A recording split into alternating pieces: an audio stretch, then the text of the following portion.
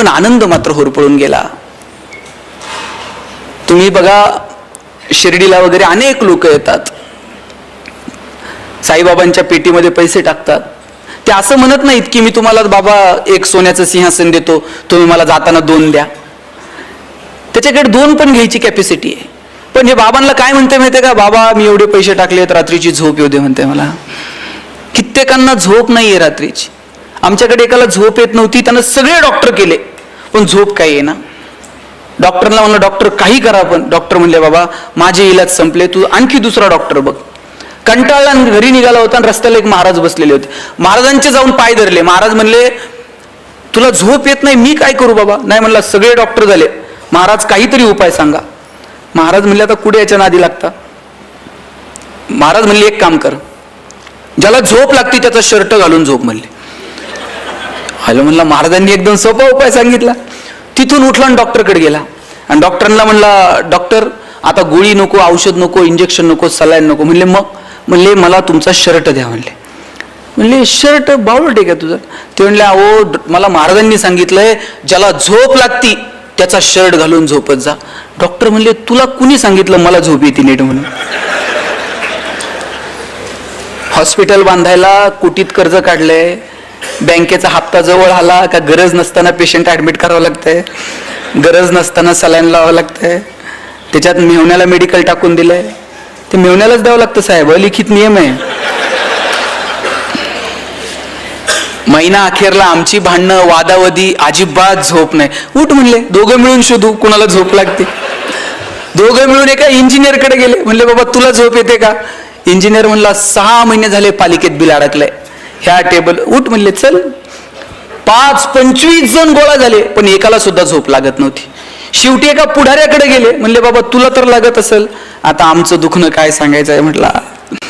म्हटला कधी कोण मुख्यमंत्री बदलल आणि कधी कोण सत्तेवर येईल आणि कधी कोण गुवाहाटीला जाईल आणि कधी कोणाला तिकीट मिळेल, काही सांगू शकत नाही. म्हटला सगळं काहीच शाश्वत नाही, आमच्या इतकं तर दुःखी आणि संकटात कोण नाही म्हटले. त्यांनी मग साहेब एक करा, तुम्ही आमच्या सोबत चला, आपण शोधू कोणाला झोप लागते. 25 जण गोळा झाले पण एकाला सुद्धा झोप लागत नव्हती. शेवटी सगळेजण दमले आणि एका शेताच्या बांधावर जाऊन बसले. म्हणजे जरा दम खाऊ आणि संध्याकाळी परत शोधाशोध सुरू करू. एक शेतकरी नांगरत होता, धोतर गुंडाळलेलं, अंगात शर्ट नाही, घामाघूम झालेला. नांगरून झालं, बैला आंब्याला नेऊन बांधली, पळत पळत गेला, विहिरीत उडी मारली, बाहेर आला, अंग पुसलं, बायकोनं दिलेलं गाठोडं सोडलं, 2 भाकरी दुधात चुरून खाल्ल्या, पायातली चप्पल उशाला घेतली आणि 1 मिनिटात घोरायला लागला. हे 25 जण म्हणले सापडला की ज्याला झोप लागते म्हणून. यांनी असा गदा गदा हलून उठवला. म्हणले अशीच झोप लागती. शेतकरी म्हणला आजच शेड्यूल आहे म्हणला आपला. संध्याकाळी म्हणला सूर्य उतरायला खाली उशीर, वजभर गवत कापलं, घेऊन गेले, जनावराला खाऊ घातलं, सगळं म्हणला एकदम ओके. तुम्ही ते ओके तिकडे नेऊ नका. हे 25 जण म्हणले आमच्यावर एक उपकार करशील. म्हणले काय. म्हणले आम्हाला 25 जणांना तुझा एक शर्ट देशील का. हे हसायला लागलं. म्हणला 25 जणांना एक आणि माझ्याकडे नुसता एक असता असा उघडा नांगरीत बसलो असतं काय. म्हणला काल शर्ट म्हणला अवताला गुतला, अजून शिवला नाही, एक शर्ट नाही तुम्हाला 25. किती कौतुक आहे. देवानं काय वागावं आपल्यासोबत. ज्याच्याकडे ढिगानं शर्ट आहे त्याला रात्रीची झोप नाही आणि ज्याच्याकडे एक शर्ट नाही ते दगड उशाला घेतलं तरी झोपताय. सुख आनंद या संकल्पना निव्वळ पैशांशी संबंधित नाहीत. पैसे कमवा पण त्याचा आनंद घ्या, त्याचा उपभोग घ्या. आपल्या हातामध्ये देण्याची दानत असायला हवी. विंदा करंदीकरांची खूप सुंदर कविता आहे. देणाऱ्यानं देत जावं, घेणाऱ्यानं घेत जावं आणि घेता घेता एक दिवस देणाऱ्याचे हात घ्यावेत, म्हणजे असे कोपरापासून तोडून नाही घ्यायचे, तर त्याच्यामध्ये जी देण्याची दानत आहे ती थोडी तरी आमच्यामध्ये यावी.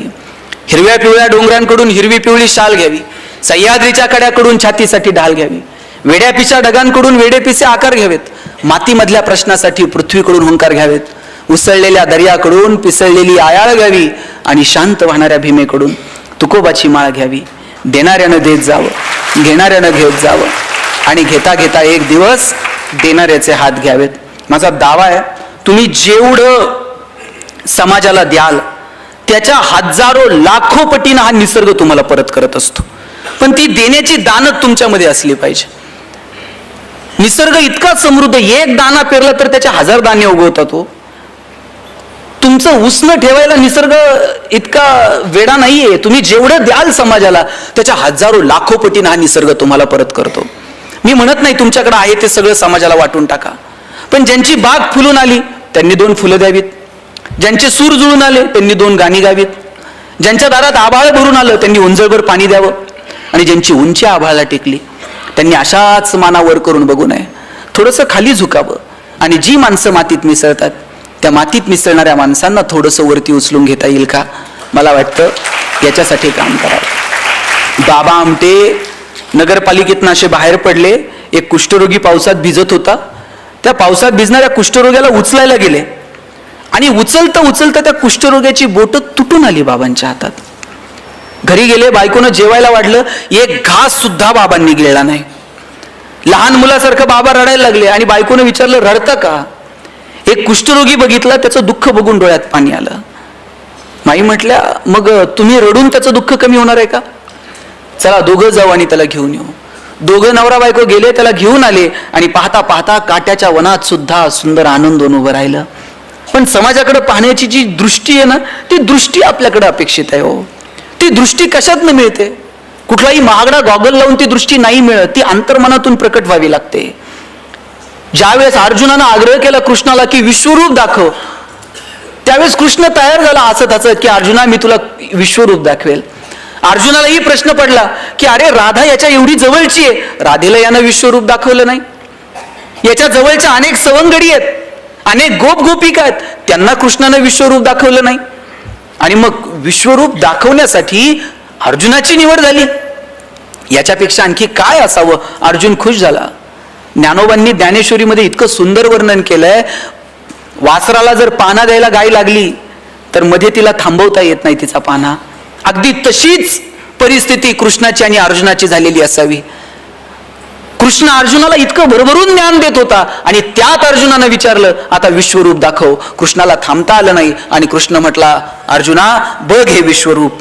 आणि विश्वरूप तुला दिसतंय का? असं ज्या वेळेस कृष्णानं अर्जुनाला विचारलं त्यावेळेस कृष्ण म्हटला, देवा तू विश्वरूप दाखवायचा प्रयत्न केला, पण ते पाहावं ती दृष्टी मला दिलेली नाही. कृष्ण म्हटला, अरे तुला सांगण्याच्या ओघात मी इतका भारावून गेलो की तुला ती दृष्टीच द्यायची विसरलो.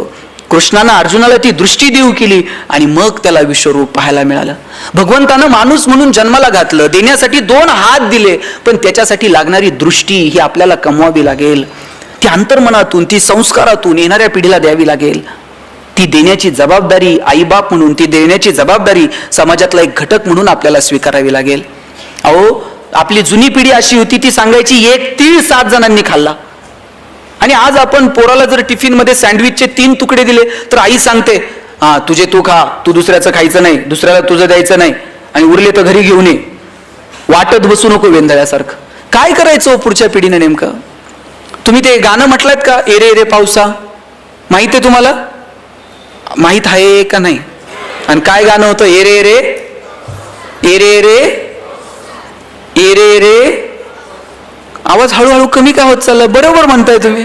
हा म्हणा आता, एरे एरे तुला देतो पैसा झाला पाऊस आला, एग एग तुझे मडके सर आली आणि मडके गेले. किती हुशार आहेत तुम्ही सगळेजण. हे गाणं आम्ही आमच्या लहानपणी म्हणायचो आणि आजोबांना म्हणायचो, आजोबा असं गाणं का म्हणायचं? आजोबा सांगायचे कृषीप्रधान देश आहे, पाऊस आला पाहिजे, म्हणा एरे एरे पावसा. आजोबा सांगायचे एरे एरे पावसा म्हणा. आणि आज इंग्रजी शाळेत गेलात तर पहिल्याच वर्गात बाई सांगतात रेन रेन. पोरांनी नेमकं करायचं काय? आई वॉटर बॅग भरून देते आणि सांगते तुझं पाणी तू पे, तुझं दुसऱ्याला देऊ नको, दुसऱ्याचं तू पिऊ नको.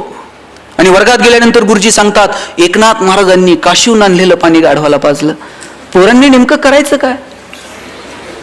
अहो आम्ही जेवायला जर बसलो तर आमचे आजोबा सांगायचे ताटाच्या भोवती पाणी फिरवा. आम्ही म्हणायचो ताटाच्या भोवती का पाणी फिरवायचं? का ताटातले अन्नपदार्थ बदलतात? बाजरीच्या भाकरीची पुरणपोळी होते. आजोबा सांगायचे अन्नपदार्थ बदलत नाहीत, पण ताटातल्या पदार्थाचा प्रसाद होऊन जातो. प्रसाद कधी फेकून द्यायचा नसतो. आभार माना, कृतज्ञता बाळगा, कुणाचे तरी आभार माना. म्हटलं कुणाचे आभार मानायचे जेवताना?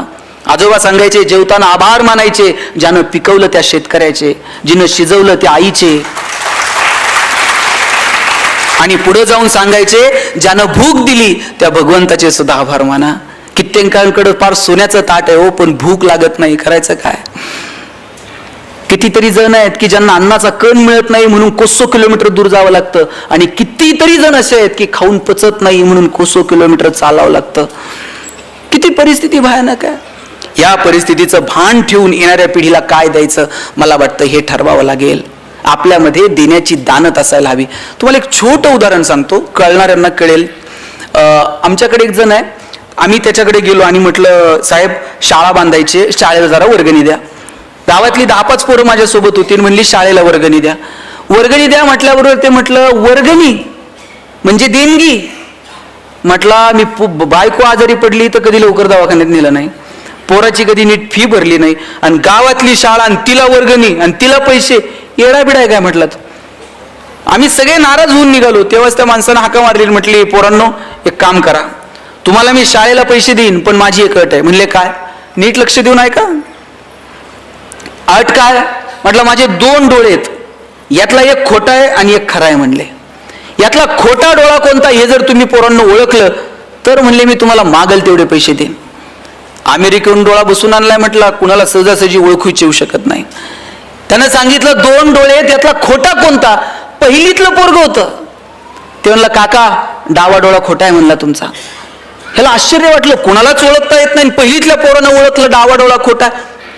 त्या माणसानं विचारलं, बाबा तू कसं ओळखलं की माझा डावा डोळा खोटा आहे? पोरग म्हटलं, काका तुमच्या डाव्या डोळ्यात आम्हाला थोडीशी करुणा दिसली, थोडंसं प्रेम दिसलं, थोडीशी सहानुभूती दिसली, आणि म्हटलं हाच खोटा असला पाहिजे.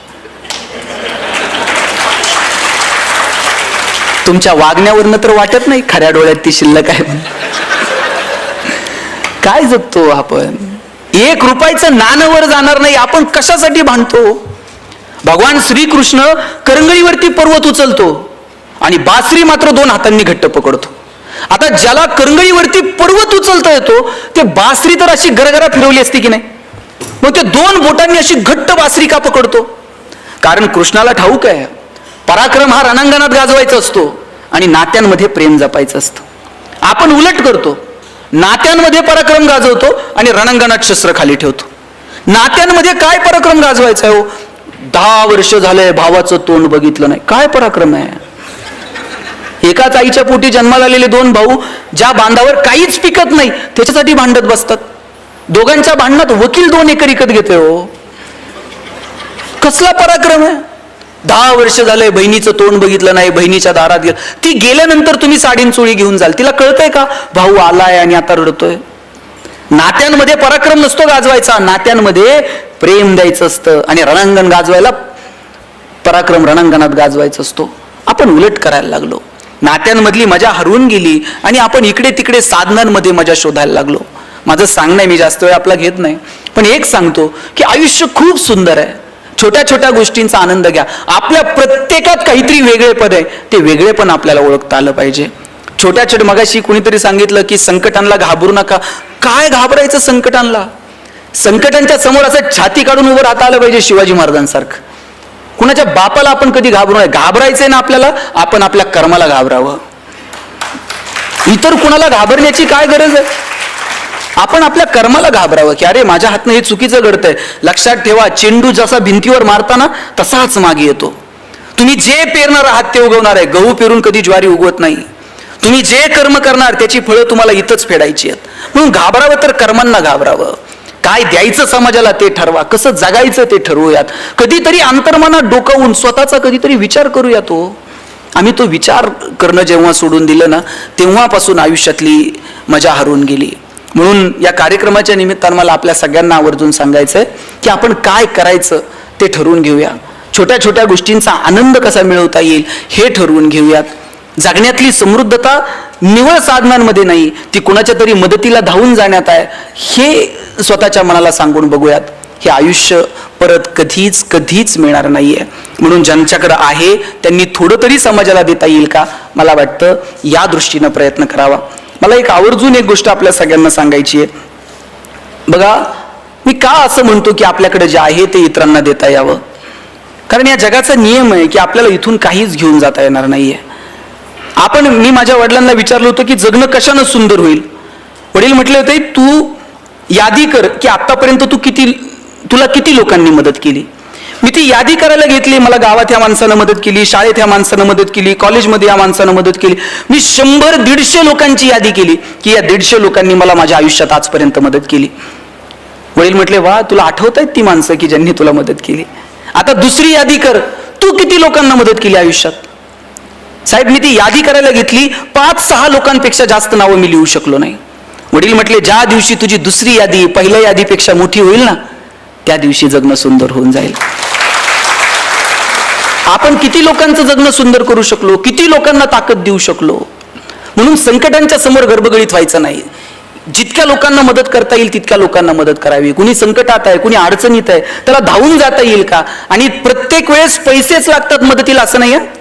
कधीतरी एखादं चांगलं काम करतोय ना, त्याच्या पाठीवर थाप मारा आणि त्याला सांगा वा छान काम करतोय, आम्ही आहोत तुझ्या सोबत. एवढं म्हटलात ना तरी त्या माणसाला 10 हत्तीचं बळ येतो काम करायला. म्हणून संकटांच्या समोर गडबडीत होऊ नका. शिवाजी महाराज मिर्झा राजे सोबत तह झाला, एक किल्ला मिर्झा राजेला द्यावा लागला. आणि नुसते किल्ले देऊन थांबले नाही, औरंगजेबाला भेटायला जावं लागलो. बरं राजे एकटे गेले नाहीत, एवढ्याशा संभाजी राजाला सोबत घेऊन गेले.